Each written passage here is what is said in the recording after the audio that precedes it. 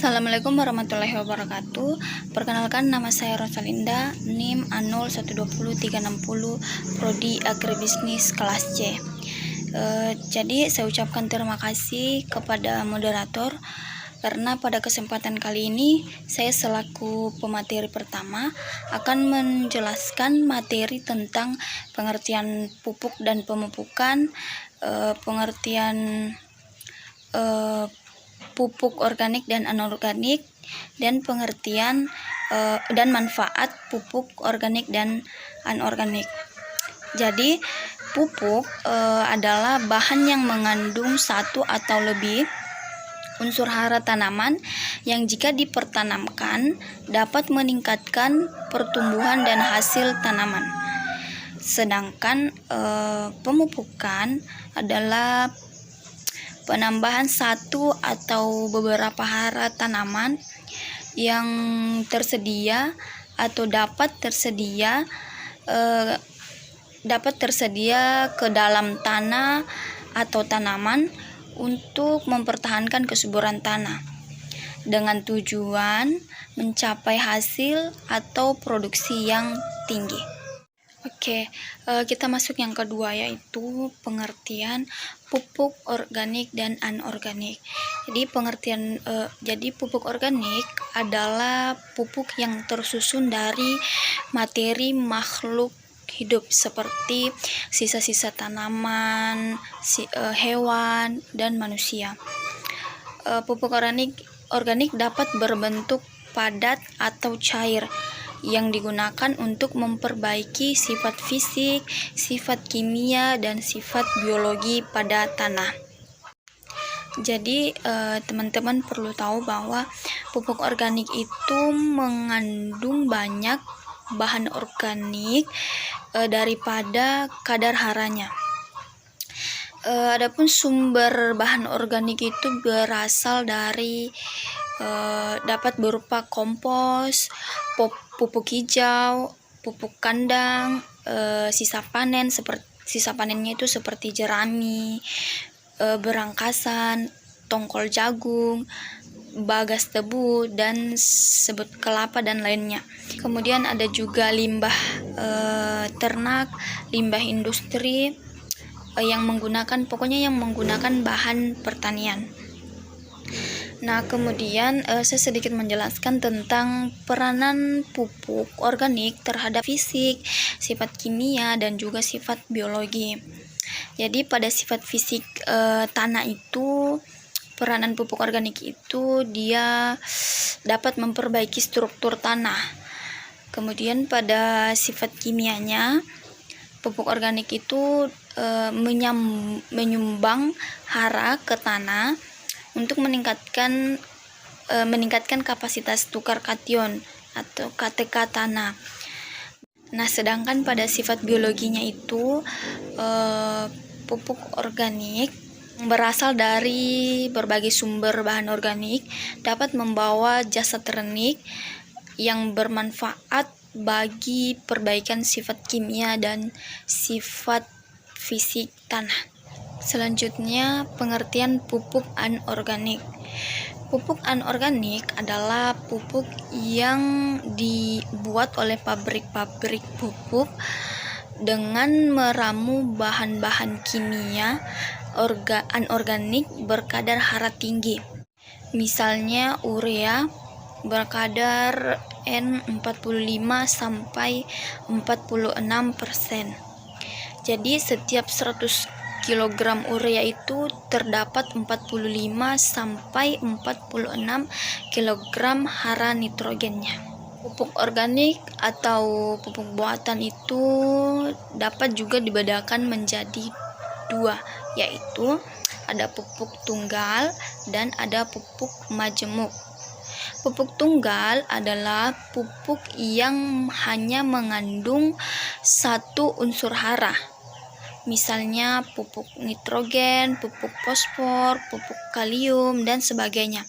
Sedangkan pupuk majemuk itu adalah pupuk yang mengandung lebih dari satu unsur hara. Jadi pupuk tunggal itu satu unsur hara, sedangkan majemuk itu lebih dari satu unsur hara. Misalnya N tambah P, P tambah K, N tambah K, N tambah P tambah K, dan sebagainya.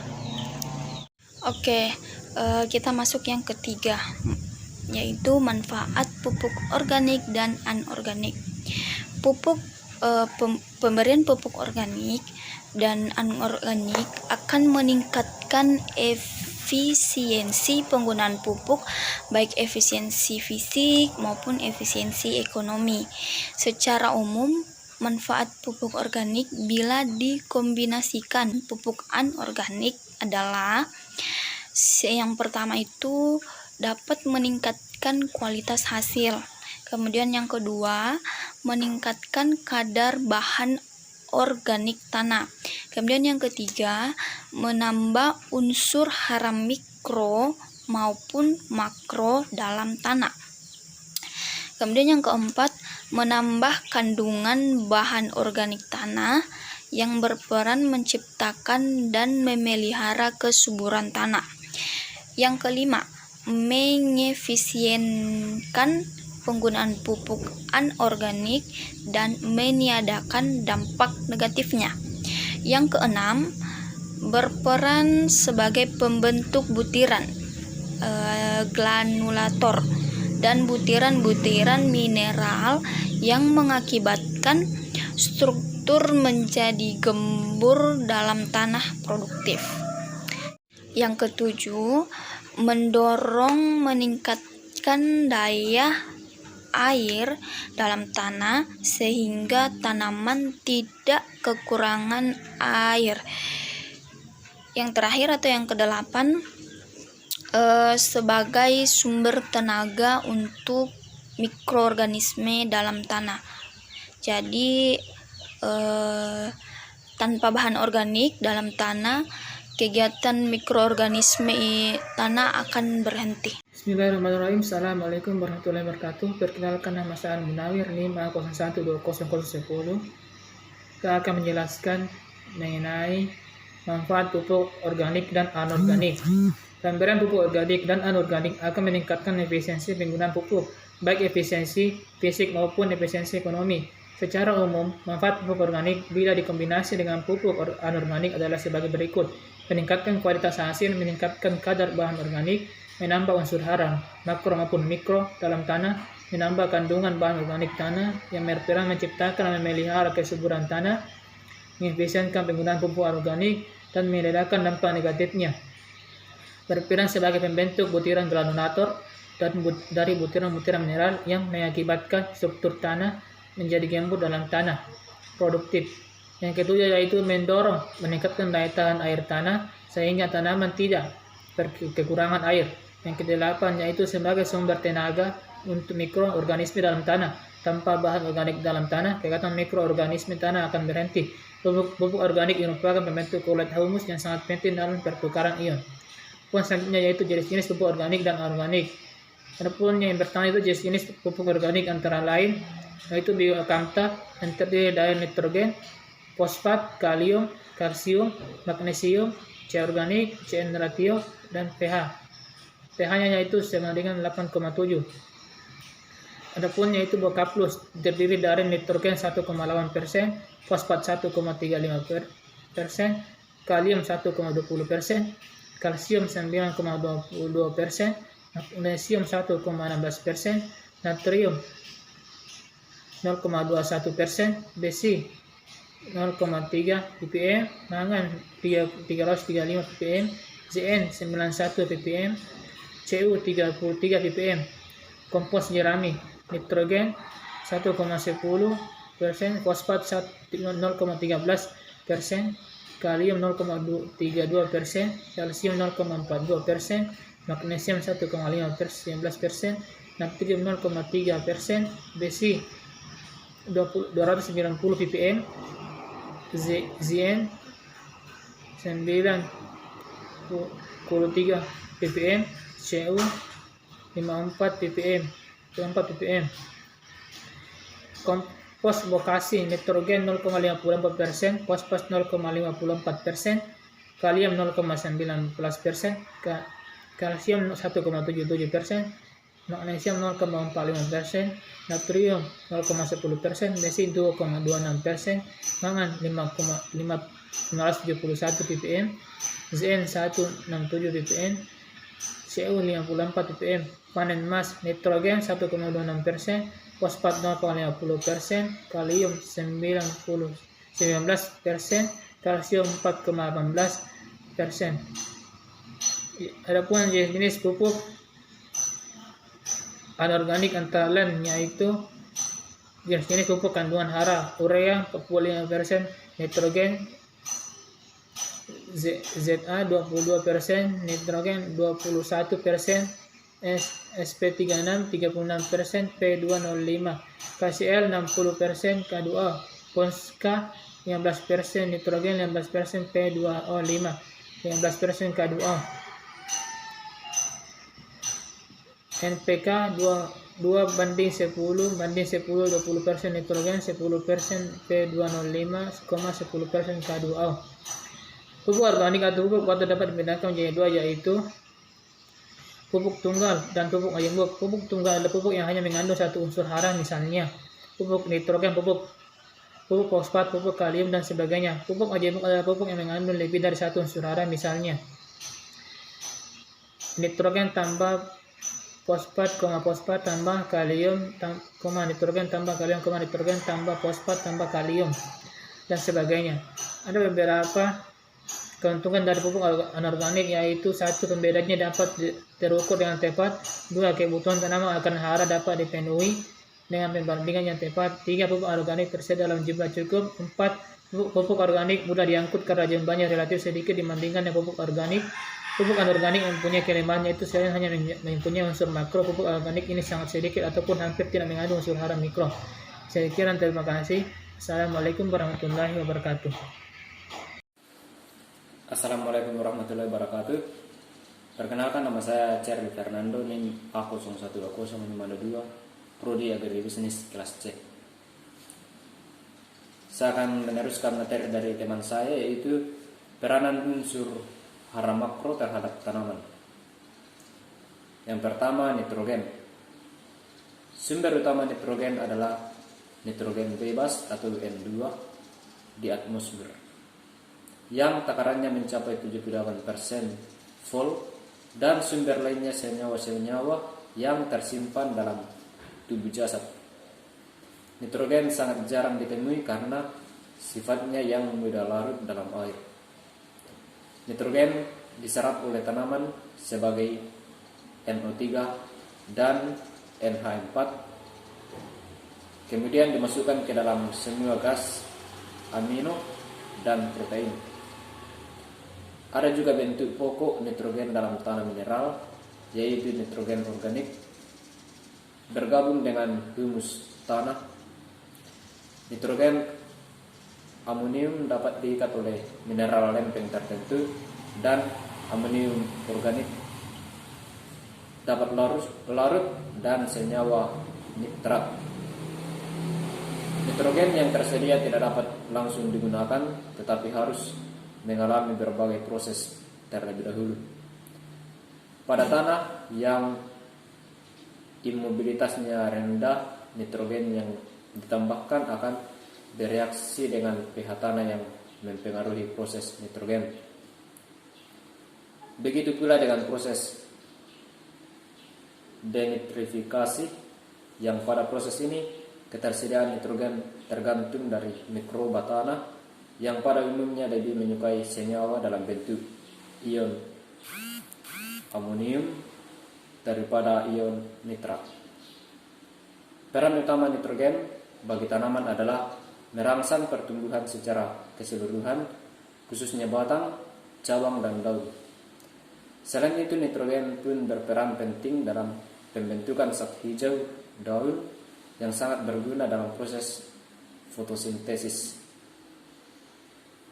Kekahatan atau definisensi nitrogen menyebabkan proses pemberahan sel terhambat dan akibatnya menyusutkan pertumbuhan.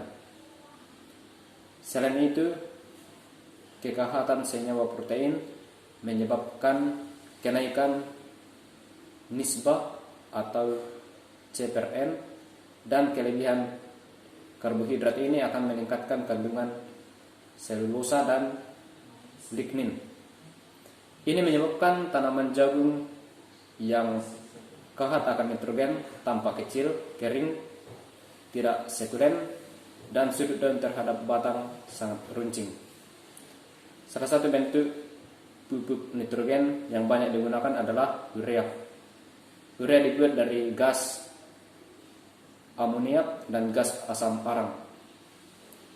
Persenyawaan kedua zat ini melahirkan pupuk urea dengan kandungan N sebanyak 46%. Urea termasuk pupuk yang higroskopis atau mudah menarik uap air.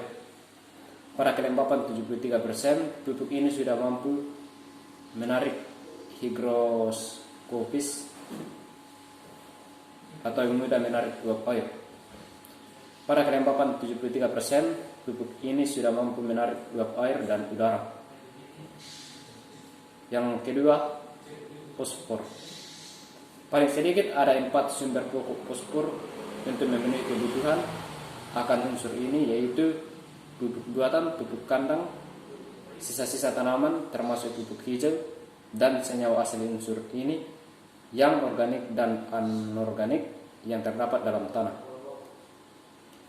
Unsur fosfor diserap tanaman dalam bentuk ortofosfat primer atau H2PO4, menyusul kemudian dalam HPO42.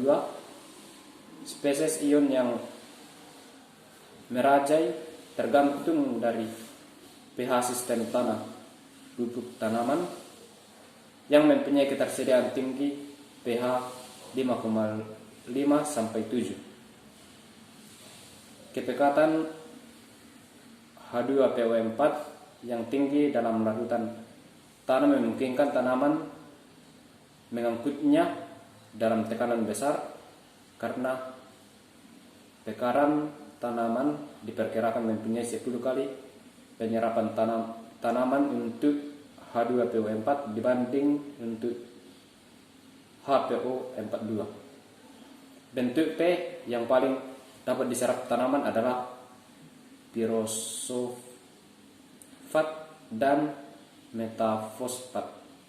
Kedua bentuk ini misalnya terdapat tanaman juga menyerap P dalam bentuk fosfat organik, yaitu asam nukleat dan pipin.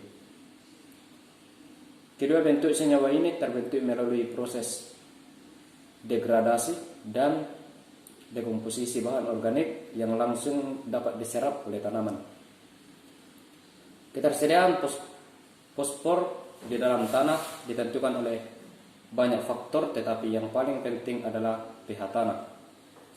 Pada tanah ber-pH rendah atau masam, fosfor akan bereaksi dengan ion besi dan aluminium.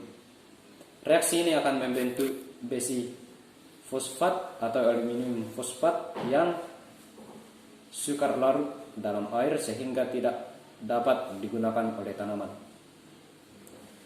Terima kasih dan dilanjutkan oleh teman saya.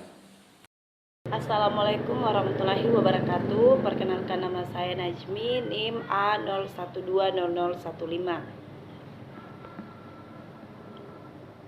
Pada tanah ber-pH tinggi, basa, fosfor akan bereaksi dengan ion kalium. Reaksi ini membentuk kalsium fosfat yang sifatnya sukar larut dan tidak dapat digunakan oleh tanaman. Dengan demikian, tanpa memperhatikan pH tanah, pemupukan fosfor tidak akan berpengaruh bagi pertumbuhan tanaman. Novisan 2002. Menurut Buchman dan Brady 1992 bahwa fosfor dapat berpengaruh menguntungkan pada pembelahan sel dan pembentukan lemak serta albumin. Pembungaan dan pembuahan termasuk proses pembentukan biji, perkembangan akar khususnya akar lateral dan akar halus terserabut, kekuatan batang dan kekebalan tanaman terhadap penyakit tertentu. Menurut Buchman dan Brady 1992, berbagai bentuk kalium dalam tanah digolongkan atas dasar ketersediaan menjadi 3 golongan besar, yaitu bentuk relatif tidak tersedia, mudah tersedia, dan lambat tersedia. Senyawa yang mengandung sebagian besar bentuk kalium ini adalah feldspar dan mika. Lebih lanjut bahwa sumber-sumber kalium adalah beberapa jenis mineral, sisa-sisa tanaman dan jasad renik, air irigasi, serta larutan dalam tanah dan pupuk buatan.